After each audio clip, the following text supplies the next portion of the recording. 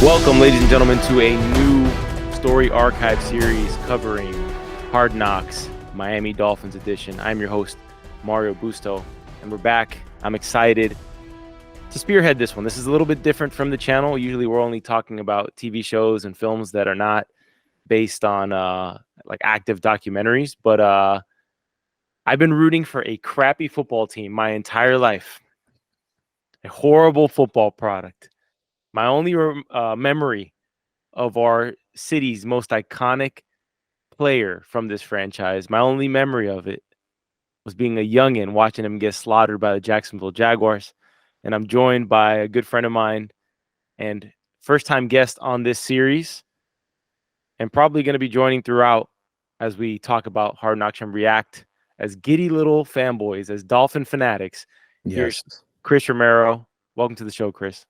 Hey, Mauro. I appreciate you, brother. I, too, have been rooting for a team that has been constantly breaking my heart.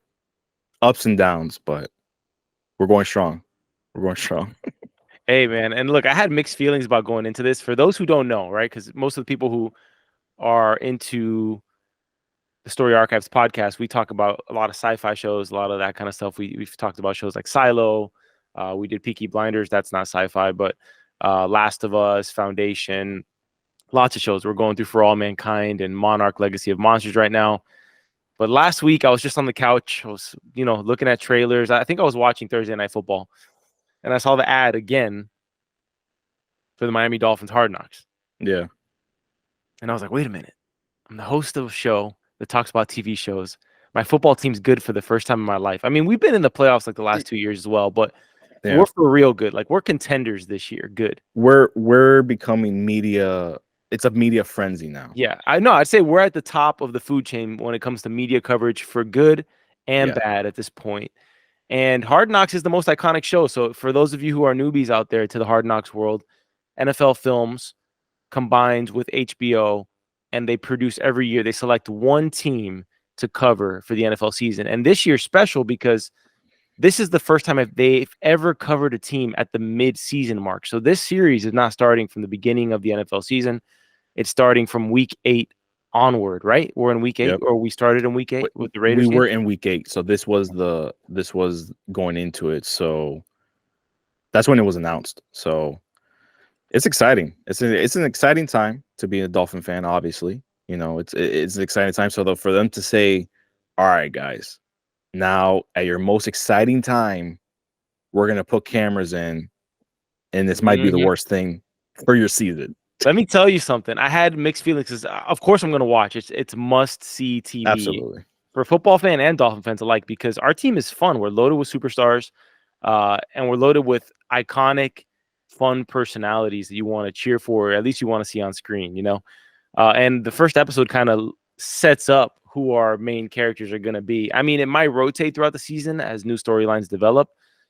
But one of the things I was kind of a little nervous about as I watched this, and maybe we'll talk about that later in the series about like the implications of being the Hard Knocks front and center as the targets on our back. The Dolphins are atop the AFC East right now, so I think we're 2 games up on Buffalo, and hopefully keeping that and extending that because Buffalo has a ridiculously tough schedule. If you want to pull it up, you can, Chris, on your end, so we can talk through it a little bit. But I know like their next 5 or 6 games are really difficult, and we just got past our really difficult portion of our schedule, and we're heading into we're heading into the Jets on Friday. I mean, we play in a Black Friday game. So Black Friday game after Thanksgiving. I think it's the first ever Black Friday game. Yeah, we're doing a lot of firsts. First midseason Hard Knocks team, and now first Black Friday game day ever. Well, I mean, the NFL is obviously picking us, right? We're being hand selected by the NFL to lead these efforts. Why? Because we're hot. We're hot. I mean, they chose the Jets, and the Jets were a dud because Rodgers blew out his Achilles in the opening night. So that was just a flop. Look, think about all the Sunday night games we've had this year that have just been absolute duds because the due Jets to injuries. Because they were supposed to be really fun to watch with that defense, with Garrett And with Rodgers, with something to prove after Green Bay pretty much drafted his replacement and didn't leave him much of a choice, you know? Yeah. Yeah. I mean, I like where we're at. I mean, I feel like we get the Jets this Friday. We get a little bit easy with Commanders, Titans, Jets again, and then we really finish the season with like, all right, that playoff Yeah, push. we go through the gauntlet at the end. But if you Yeah. compare our next 4 games with the Bills' next 3 or 4 games, that's Oh really no, what I bro. want you to get. The Bills, I think, have the Eagles, the Chiefs coming up, and I believe they have the Cowboys coming up as well. Yeah, they do. And the Ravens. So if they didn't already play the Ravens, but Yeah, they get Eagles, Chiefs, Cowboys, Chargers, Patriots, and then they finish against us. yeah, that's a tough way to That's end the what it season. was. That's a tough way to end the season. So they've lost some gimmies, but there is no gimme in this parody-driven NFL at this point. So we're gonna do a little bit of this as we do this show, right? We're gonna be talking about what we saw on screen today. We're gonna be doing a little bit of riffing sports-wise, but let's get into the episode a bit now. They set us up with our key main characters, and our key main characters, Chris, we got to Head lead with coach. Cheetah. No, we led with Oh Cheetah. well. Oh yeah, that's true. Yeah, we did. We lead with Cheetah. I mean, what I was saying about the head coaches. I liked his intro. Yeah, no doubt, no doubt. His His intro intro. speech. Yeah, but you're right. It did open up straight up Tyreek Hill. Yeah, we start with the Cheetah, Tyreek Hill, who's on pace to break the 2,000-yard passing record. He's coming back refreshed, rejuvenated, newly married to his 2-year fiance, who unfortunately got some nachos dropped on her head in this episode. I got that as a note. I said, no way. Yeah, and that guy didn't know what to do. I felt bad for her, and I felt so bad for that guy because he had probably no idea that Hard Knocks was filming and that he was going to be the focal point. Oh man! Also, shout out to our friend Jesse, who had a had a cousin who showed up to the Dolphins game. All right, so Jesse was supposed to get some sweet seats, and instead his cousin's on Hard Knocks. Instead, his cousin got them, and he was kind of just letting us know, like, not only did I not go to the Dolphins game, but my cousin is on Hard Knocks, which just is the cherry. It's a constant reminder. Yeah, so we start off with Reek here. He's refreshed. He said he's eliminated a lot of distractions from his life. I think he said he got rid of drinking. Yeah. I think, or like the partying. Maybe it wasn't drinking, but I think it was like partying. Yeah. And I think he's just kind of eliminating it. He's definitely going business minded. I get made fun of for playing Fortnite all the time, and I was so glad that on the sideline when he had his hand messed up, I can't play Fortnite. I can't play Fortnite. Damn. So, I mean. Yeah, I love the fact that Tyreek in the Chiefs, like everyone know who Tyreek is, the Cheetah, like everyone knows who he is, what he stands for.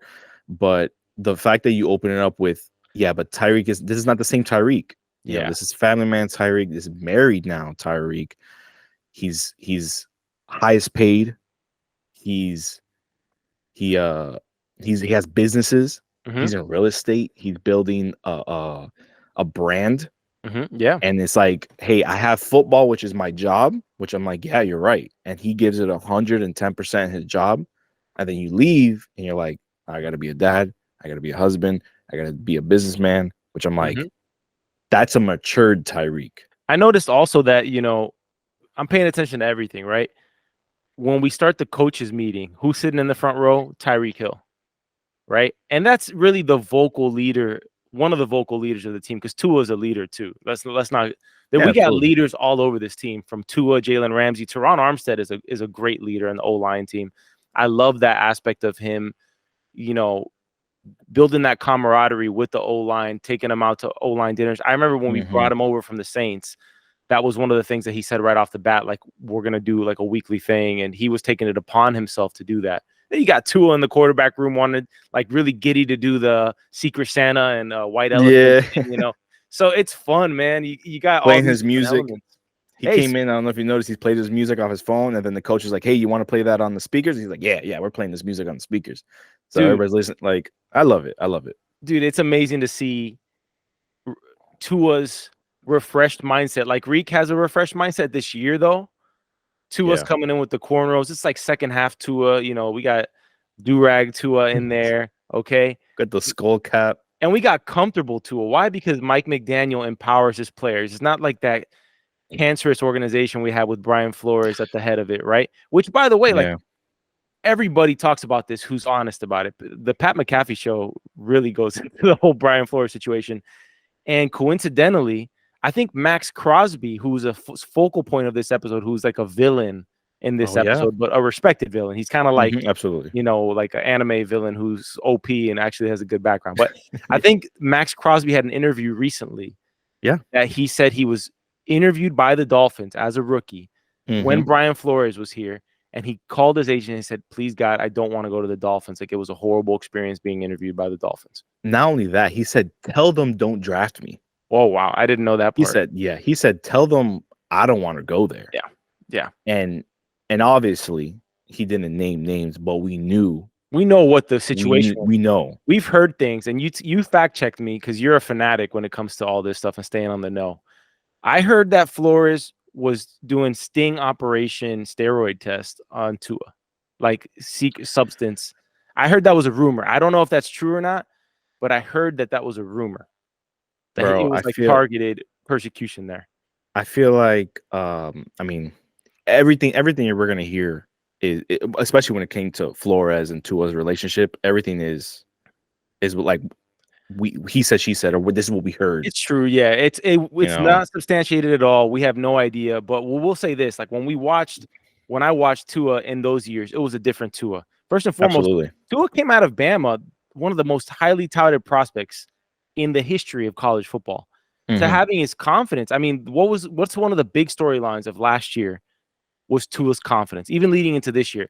Mike McDaniel created this giant, I mean, to the point where I got sick of hearing the story because the 900 play. Yeah, because it's like, YouTube all right, video. We get it. Everybody's had a bad coach, a bad manager, which, by the way, Flores did his good too. He drafted some great defensive players that we are still benefiting from till this day. He was a great defensive coach. It was just the culture was not what we saw in this episode. At least from the outside looking in, South Florida wasn't like getting up and ready, like, and excited for this football team because this is a football town.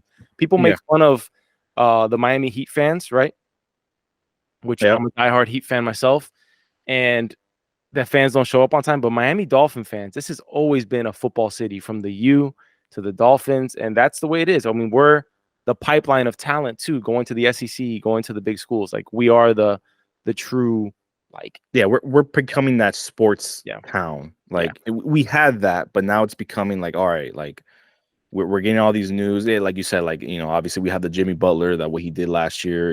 It like South Florida is it. South Florida. I call it the Miami Renaissance, man. The Miami Renaissance. South Florida is the way to go. But to go back to your point about the McDaniel thing and the Flores, like, we saw this transformation, which I want to bring this up because that was also on my note, was because I was also entering when we got into the quarterback room. I gotta shout out Darrell Bevell, man. Darrell Bevell is a quarterback's coach and the passing game coordinator, who we almost lost last year. I don't know if you knew that. He was about to take a coordinator position. He was about to get promoted, but he said no. For? I know he had an OC offering. Well, we don't have to get that. You caught me on that one, but I do know he was going to get it, and I thought we were going to lose him, bro. And I remember telling you, I was like, guys, we can't lose him because this is the guy. Which we want to give McDaniel the credit, which 100%. But McDaniel was the one who brought Bevell. Darrell Bevell is in this quarterback room, and he's been on. For the audience listening in who may not know who he is he the guy who's in the quarterback room in this episode? Ask him about his corn. Yeah, exactly. Ask him about his corn. He said, "Hey, man, what'd you get?" Okay. Like, if you see Tua, who do you see with him? Darrell Bevell. Yeah, he's there. He's there everywhere, and he's telling him, like, this is what we're doing. This is what we're doing. Yeah. So I believe that the Tua transformation that we've seen in the last 2 years largely do with Darrell Bevell. So it was awesome to see that he was there. He was always with him. So we always heard that. It was always reported like, oh yeah, Darrell Bevell, and you hear him speak. But when you saw Tua, you saw Darrell. You saw Darrell, you saw Tua.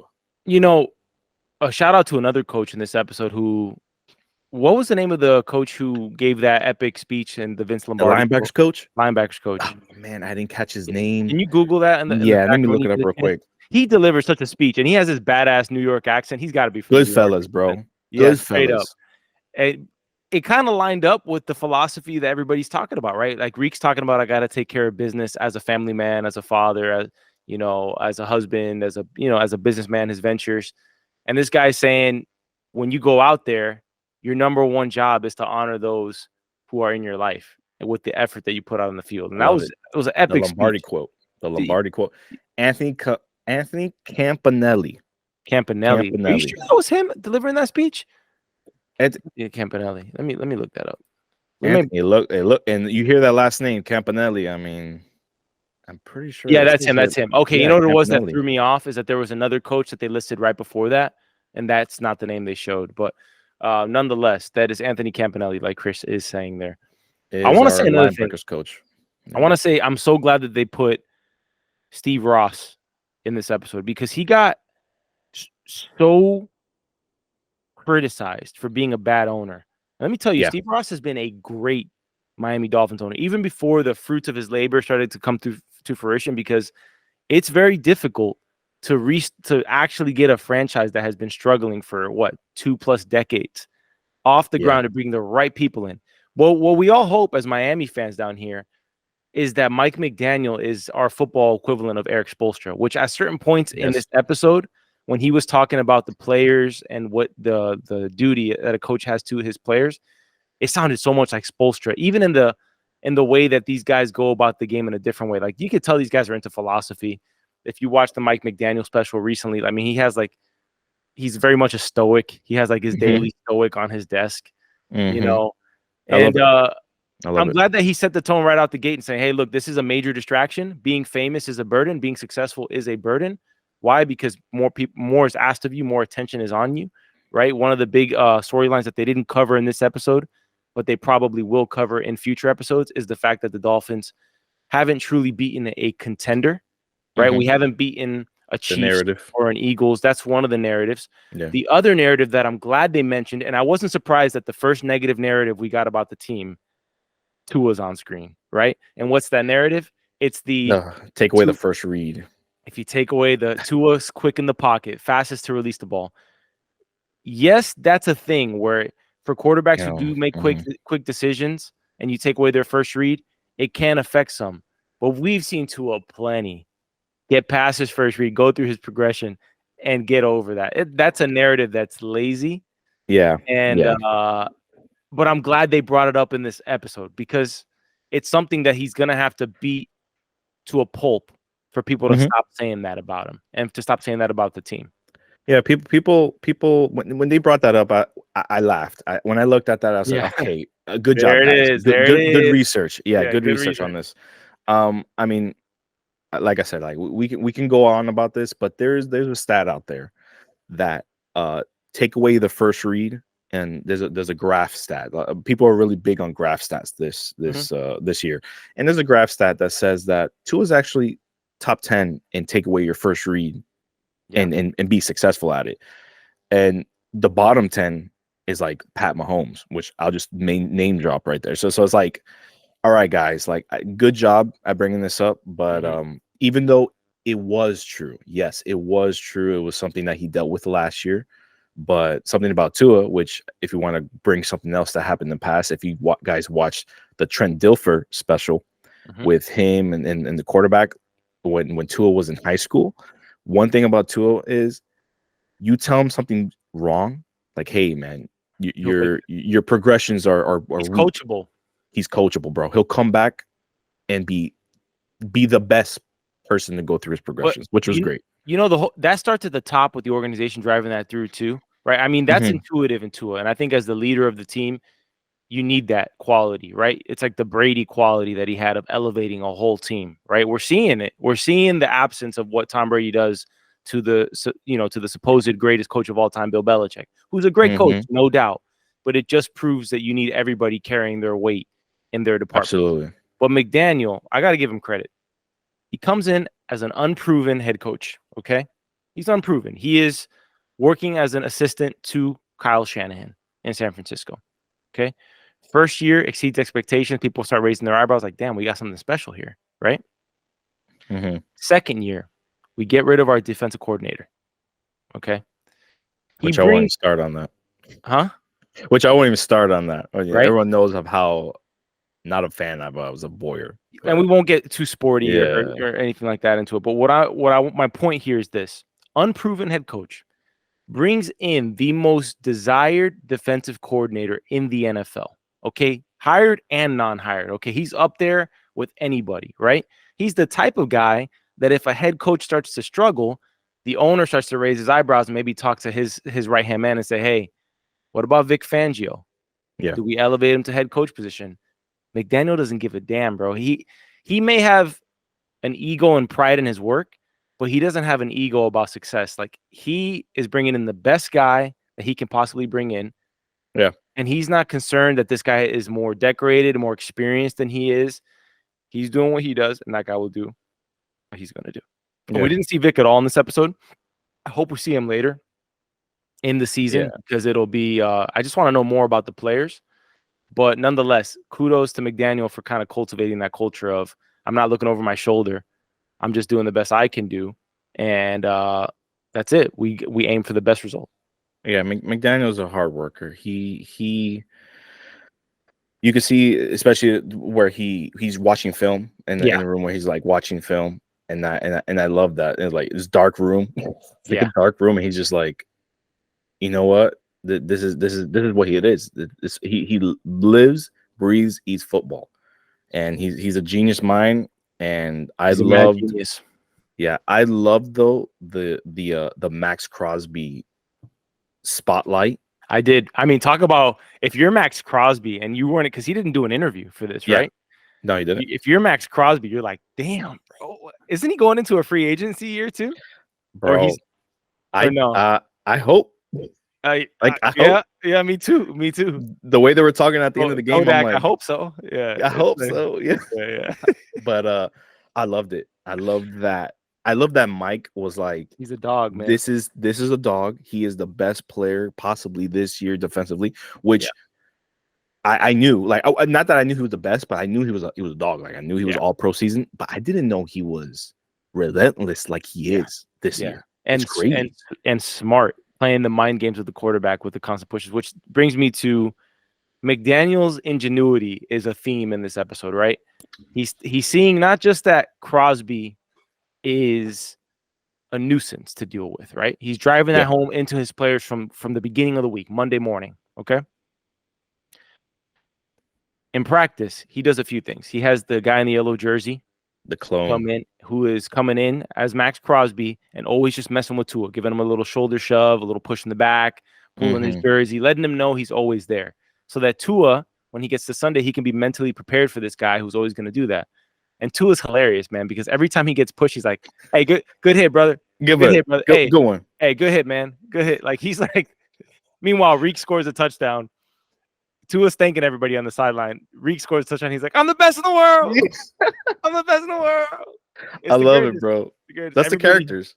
Yeah, that's everybody. Yeah, everybody has their edge, man. Like, you can see how Reek fires himself up too. Which I wanted to talk a little bit more about McDaniel's ingenuity, because the little things he does in practice, I think other teams are just going to copy. What was the thing he did last year? I think I read a story that he had the receivers put on red contact lenses, like during the daytime or something like that, so that they could see the ball more, like highlighted a little bit more. And then the camera onto his helmet. I don't know if we came up with that system, but if we did, everybody's copying that from now on, because I know that was I didn't see anybody use it. Yeah, that was a thing that became a joke at one point. Remember when they put the straight Polaroid? Yeah, remember that Polaroid? It was like they were just it was a joke, but like that's a real thing. He wanted to see it. He's like, I want to see how you're looking at your progressions. Like, okay, who thinks like that? And everyone's gonna copy that now. Yeah, I loved it. But going back to the Max Crosby thing, I think that translated to perfection. Oh yeah, to the game. Oh yeah. Now, yes, the offense had a tough game, and we'll talk about that later of how it ended, because I want to highlight something at the end. But the Max Crosby thing, it's like he saw that and he said, "We're gonna practice this." Yeah, and we're gonna and what happened? That exact thing happened, and Tua didn't get bothered. Which shout out to the offensive assistant who gave McDaniel the intel of, he literally made a tape for him, right? That was this guy's job, which is the scene we're looking at on screen right now. Yeah, which is not going to be in this episode because we'll be copyrighted, claimed to death by the NFL. But he says, hey, somebody came up to me from the from the QB room and put together this tape of Crosby just doing stuff to the QB after the play, right? Letting him know he's there. And he tells Chris Greer about it.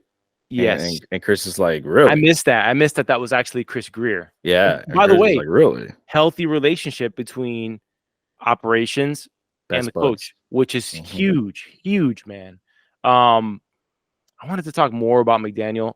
One thing I love about this team is that we have speed and he uses it in our scheme. I was talking to my dad on Sunday when we were watching the game, and I said, I feel like if this was a Joe Philbin team, which shout out Joe Philbin, I mean, no disrespect, but I feel like if at that time we brought in Tyreek Hill on that team, okay, which I don't even think he was active, but let's just say he existed at that point, what would be the routes that we'd be running for Tyreek Hill? I feel like it would be just a vertical a streak every single time, or a screen. Yeah, take it to the house. Exactly, but in the Dolphins offense, it's use him as a decoy, put him in motion, have him go this way, that way, line him up at the tight end slot. Oh, I love it when that happens. It's just there's endless creativity with it.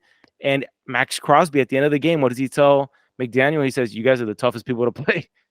You guys are the toughest team to play. Respect, bro." And I feel like, even with Max Crosby, because even in that game, he did get to Tua, a couple times, but the offensive line and how Teron Armstead, obviously leads that room it's good to see that.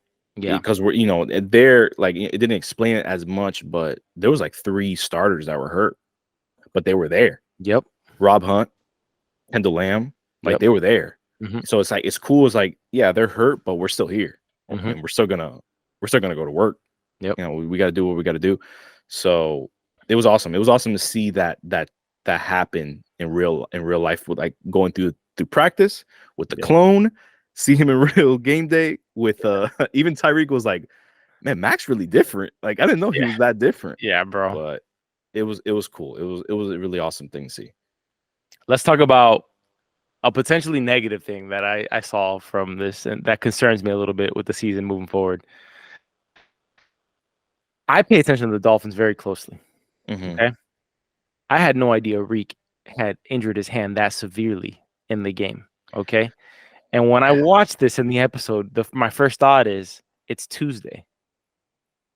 The other team has all week to know that our player has an injured whatever.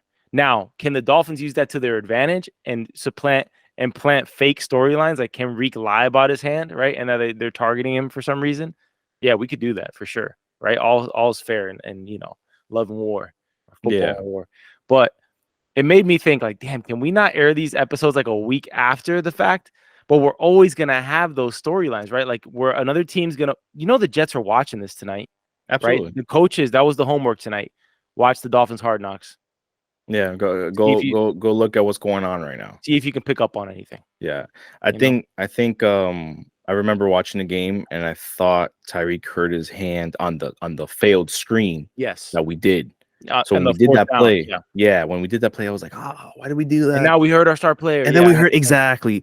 But then you're seeing it like, wait a minute, Reek was hurt like 3 plays ago, 3 plays ago. Yeah. And what shocked me was he said, I can't move it. And I'm like, yeah, which he got injected with something on the sideline, right? Bro, well, the coach, I'm not sure which coach it was that took him back. Yeah, they did an X-ray. He's like, it's not broken. It's probably like sprained or whatever. He's like, I taped it up. He taped it. Okay. Yeah, he's like, I taped it up. I couldn't understand what he was saying when he had him sitting down on the bench. I thought they cut him off when he said, here's this. And I was like, I wonder like what that was. Obviously, it's perfectly within the rules. We know these guys have to deal with the pain throughout the game. But it also shows that Reek is a dog. Like, he plays through injury all the time. Okay. And despite him saying that he's also thinking about his life after football. So this guy's really always in the present, man. And also, shout out to Reek's mom. I freaking love his mom. Like, I loved it. She's awesome. Like, she's a fan. She's a star of the show. I mean, yeah, she kind of reminds me of my dad's mom, my grandma. Like, she's like, she doesn't care. She doesn't care about, like, that's her boy out there. Like, she's there to support, and she's gonna make it known. And she's hilarious, bro. She's kind of foul mouthed too. She's like, shit, I missed the play. Like, Yeah, yeah. I He's like, I was love, getting a drink. yeah, I love that, man. He was like, when she got upset at Reek passing them, he's like, Reek. He's like, man, Yes, he's gonna come over here later. yeah. He's gonna be the She, last one. He loves being the yeah, last one. Like, she's I, hilarious. I loved it. Good, I love to good see the on, relationship. good on NFL Films for miking her up too. That was a Oh great man, choice for right? them. Yeah, because they got to make those choices before the game. Obviously, they probably mic'd up more than we saw, and then they selected Yeah, for based on that. sure. But quick turnaround too. Like, they got to integrate all that Raiders footage, all of that. It's Tuesday. That game was literally 2 days ago. Yeah, the shout out to HBO. Yeah, they Like we killed talked about earlier, like the way these guys edit and narrate their Lee Schreiber, man. shows, Yeah, and it's so epic when you got like Lee Schreiber narrating your it's so team's good. season. Yeah. Sign me up. I So knew at good. first we were a little apprehensive about being selected as the Hard Knocks team. It's almost like the Madden curse, but Oh yeah, there's not like a Hard Knocks curse, but it just feels like too soon for our team like not right now. who hasn't won Yeah, the big one, who hasn't won the Super Bowl or hasn't beaten a contender yet, right? getting Which a I mean, playoff win. yeah, exactly. Yeah. To do this. But nonetheless, I'm all there for it, man. I'm there on my couch at It's 9 fun, p.m. man. It's It's like fun, it's bro. as if like I have, schedule appointment TV watching. Like, this isn't Yeah, we'll catch it like a day late. Like, nah, we're catching it Tuesday 9 p.m. Yes. it was a good thing to see. Yeah, as a fan, like me watching it, and I'm Mhm. like I love this team. Like obviously, like we're fans. Like I love Yeah. this team, especially for the last couple of years. Like McDaniel, Reek, Tua, these are great things to happen as a fan. Like Mhm. these are the greatest things that can happen. But then when you watch the work that they put in, Yep. like they're in there working, bro. Like they're Yep. working. They're Tua, getting better. just think about Tua's progression from year 1 to what is this, year 3, 4 for This is Tua? year 4. Year Yeah. 4. I mean, the progression is insane. And you still got Reek sticking to what he said when he came over here in free agency.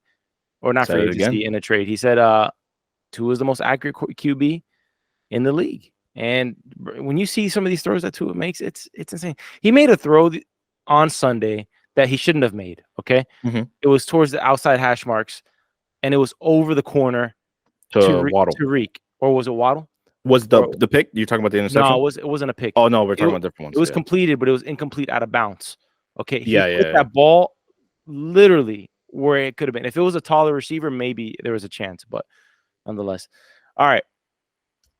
I was a little surprised we didn't get any Jalen Ramsey like personal interviews. So I'm expecting Jalen Ramsey and Christian Wilkins at some point in this. Christian Wilkins is too much of a character to not be featured in He had this one great series. moment. Yeah, He had one great moment in training camp. yeah. I'm making my little He bit. was He's like, like, I'm sorry, man. I'm just getting ready for yeah, something. yeah. He Christian killed me. Wilkins is a character. He's a leader. He's playing for a contract. So I Mhm, want to see him speak. Obviously, I want to see Javon Holland, man. I want to see Javon Holland speak mhm, next week. He's our captain. They call him the quarterback of our defense. mhm. I want to see him speak. I want to see Chubb and Jalen. You Bro, know, Jalen is shredded, man. Holy bro, crap! he's a key man. That guy went to go pick up his cake. Which, Oh by the yeah, way, the cake how thing. funny was that cake reward I was system? confused. Yeah. I They was like, all what? get cakes. They literally all get keychains, Yeah. and they even put the image of like the key play on the cake, which is amazing. And then they asked McDaniel, like, hey, like, whose idea was that? He goes, I don't know. No, he gave the credit to another coach, which goes to show you this guy's like just Yeah. he just gives credit, man. Like, he's a good dude, man. You can just tell McDaniel is.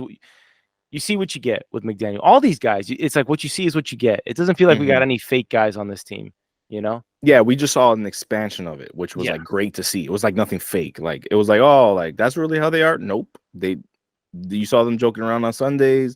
You see the mic'd up moments, the conference, and the quirkiness of our coach. Yeah, It that's an all day confirmed thing. it confirmed everything. We even got McDaniel admitting that, I never kick. When he said that to Reek when they went for the Oh field yeah. goal, he says, "Hey man, But I never kick. I never kick." Which we're always like yelling at our TV. My dad's like a broken record. He's like, Don Chulo used to say, "You always take the points," and I'm, Yeah. Not but McDaniel, bro. Not I'm him. McDaniel. Even that when we went for the fourth down, we didn't go for it, but it was a hard count, and we got the delay of game at the 50. Yeah. Um, at that point, I wouldn't have been surprised if we hiked the ball because of the way we are. He's just such a loose cannon, and that works to your favor. when you're going up against the other team and they have no idea what you're gonna do. Yeah, it was good to see like going over of what like since what we're seeing on screen too is like the game was a good game. Yep, It was a hard fought game. ugly It was a win. game that I was gonna say it was ugly for the offense, but it was a great for the Yeah, defense. yeah. We saw those two James picks. It showed we could win a game in the unconventional way for us, right? Which is not like a 3-touchdown lead. It's hard fought. Last series of the game, it's on the defense. Zach Sealer's there, prepared, prepping his guys, saying, "Hey, we could be the heroes of the day Yeah, here." like let's win this right now, and it was Exactly. great to see. And even towards the end of the game, like you saw Tua was frustrated, Hmm. and he's like, guys, like I'm gonna be better, Hmm. but you got us this win. And it was good as a captain, as a leader of the team. Like he knows when he's not playing well, or when things are not rolling. Because even though if we say he's not playing well, the stats said differently. Like, oh, Hmm. he looked like he had a pretty good game. But it was good to see, and McDaniel, breaking down the game. Like, guys, like this is what we do. Like Hmm. it was cool. It was cool to see And, like see, this is for real. and seeing the owner in the locker room and Dan Dan Marino in the Marino, locker room and yeah, Garfinkel in the locker room. He's key in the organization as well. He doesn't get any shine really, but he's pretty key in there too. And just seeing like the unity in the locker room. yeah. Doesn't get breaking. This Doesn't get could broken. this could be the year, Chris. This could be the year. I want a Hey, playoff win, bro. I just want a playoff I want a win. Super Bowl. I want a Super Bowl. I mean, I want a Super Bowl, of course. We want a Super Bowl, but like, Could be it. This I could feel be like it. I'm dreaming right now. Like, it is what it is. Like, let's see. But I'm excited to see. Like, okay, so this Friday's game, it's a primetime game. Mm-hmm. It's against a rival. Black No, Friday game. no What gimmies is against the HBO going to rival. come up? Yep. What's And HBO going to come up with? mhm. What are they going to be storylines this week? Yeah, let's get into that. What do you expect going forward into not just this next episode, but as the season progresses? What storylines are you expecting to see? Let's just say heading into this Jets week. I think in the Jets week, I think they're going to point out a lot of where the defense is going. I feel like this is going to be a big defensive Mm-hmm. spotlight game. I mean, we said it earlier, but like this week was like a more of introduction of like, okay, we know what it is. Mm-hmm. Tyreek, McDaniel, Tua, that's it. That was really Yeah. pretty much it. And the coaching. But all right, next week has to be defense. And I feel like we're going to see a lot more of, what game plan we're going to really put against a rival. Like, all Yeah. right, now we're playing right. Now we're playing a backup quarterback. We got a brand new quarterback they're playing. Like, I want to see Fangio. I want to see these guys really talk, because Fangio was him and Jalen Ramsey was the big Signings, the story. big splashes in the Yeah, offseason. big story. I And want to hear him. Fangio made us sweat too for like several weeks. You remember that? Yeah, we didn't know what was happening. Yeah. I'm glad that it's becoming something, yeah. but it was slow. And of course, we understand I Jalen think we I wasn't think we playing. just I think we just live in that microwave society though. Like he's bringing in a new scheme. Okay, he's got to train up his guys. He's getting used to the talent he has. It's turning around the ship, man. But I think going into this week, we're playing a great defense against the Jets. I'm expecting to see a highlight on Ramsey, right? Taking advantage of a young quarterback. A backup quarterback. I'm assuming the mandate that the Jets are saying is you wherever that guy is, you throw to the opposite side. Yeah, Okay. That they're not targeting him at all, similar to Darrell Revis back in the day. which is I currently think, happening. Yeah, yeah, I think we'll get Ramsey featured. I think it's going to be huge that we need to run against the Jets. So I think we'll see the running back room. We'll see a Mostert, possibly the A-Chain story, who he went out first play of the game. He runs, gets hurt yeah. again. Now, we don't know how severe it is or not, but a storyline with Oh, A-Chain and man. him popping off against the Jets would be sick this week because they got a sick defensive line. So we have to run against the Jets to keep them honest. Or same with like against what happened with the Bills, right? We kind of abandoned the run against the Bills. It felt like Which I feel like was the only thing going right we can run on the Bills at the like time. left and right. It feels like whenever we want. So I'm expecting some Mostert, Ramsey, like the running back room in general, Mm-hmm. and Wilkins. I can't imagine Wilkins not being in. And he's probably seeing this first episode like, damn, I didn't make it at all into the first episode of Hard Knocks. Like, You know, Yeah, and Tua's mic'd up too in that game. Like he was the main one that was mic'd up for the team. So it's like one of those first weeks. Like you have to talk about your bread and butter. They're setting the stage, right? They're setting the stage. But all right, stars of the show for you. Name your highlight. Who was your favorite person to see on this episode? Oh man, it has to be Tyreek.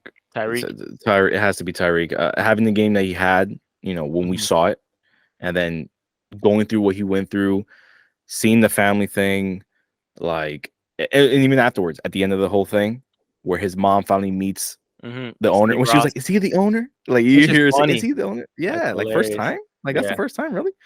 So Tyreek is different. He is definitely, if not the heart and soul, the greatest acquisition that this team did, possibly in this history. We'll see where it goes. Everybody's making it seem like it's obvious that he's succeeding right now. He's on pace to break 2,000 yards. People thought he was going to come here and disappear. Okay, they literally thought he was going to come here and disappear. Then him and Tua connect, and now it's to Tua. Oh, but you got Tyreek. The narrative changes, and now if it's Tua can no longer, it's no longer Tua can't throw the deep ball. It's Tua gets rid of the ball too fast.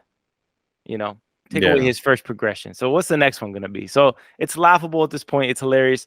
I agree with you. Reek was probably my favorite in the episode. I love seeing his personality, his will to win. He even told off Robbie Chosen, who was just there, and he's like, "Man, I know what my hand can do," which is like he's just heated up, like he's gonna get back out there no matter what. He gets the 4th and 1 screen call. He's literally body catching the football because he can't move his hand. Like wild. That guy is the heart and soul of the Finns, and I think he's been pivotal for Tua's growth too. As a leader, absolutely, and in being comfortable in his own skin. Because Reek is just like he gets fined for doing the peace sign, and on his glove he brands it with the peace sign, so he can no longer get fined, and he can still do his little peace sign, which is it's amazing, man. But which the referee was the first one. He's like, "No peace signs today. No peace signs. No peace signs today." And he's like, I love that too. I love that the refs talk up to the players saying like, "Hey, this is what we're keying in on. Make sure you're set in your motions." And they do this with both teams. Make sure you're set in your motions, because that's one of the things with the Dolphins. We got hammered. I think it was against the Eagles for our not being set in motion. Yeah. Right, or whatever. But whatever. We'll get past that. Great first episode. Chris, thank you for joining me on this first episode coverage of Hard Knocks Miami Dolphins edition. I can't promise that we're going to cover every Hard Knocks season. This is just a particular one because it's our homegrown team. It's got to do our team. It felt necessary, as Jorge Masvidal said. It felt super necessary. Thanks, man, for sure. Absolutely, it was fun. Yeah. All right, man. You coming back for episode 2? Hey, if you have me, I'll be here. All right. We'll do it. Let's book it.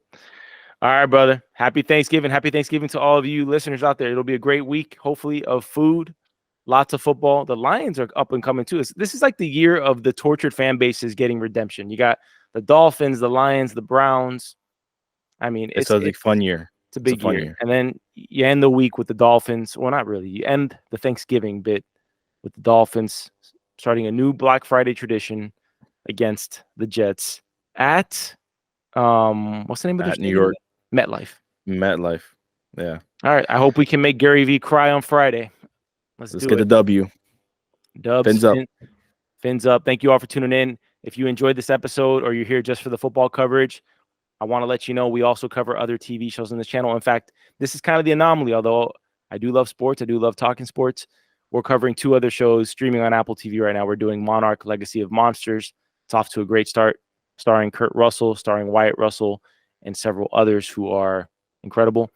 Check that out. We're also doing For All Mankind Season 4, and we also dropped a Season 1 through 3 recap of that if you want to tune into that. And if that's not your jam, just keep checking our channel. We've done an entire series coverage of Peaky Blinders. We did Last of Us Season 1, Foundation Season 1 and 2, and Invasion Seasons 1 and 2. Till next time, Chris, thank you for joining me and brother. All of you who are listening, Dolphins Nation, and everyone alike. Fins up. Fins up. Fins for the win.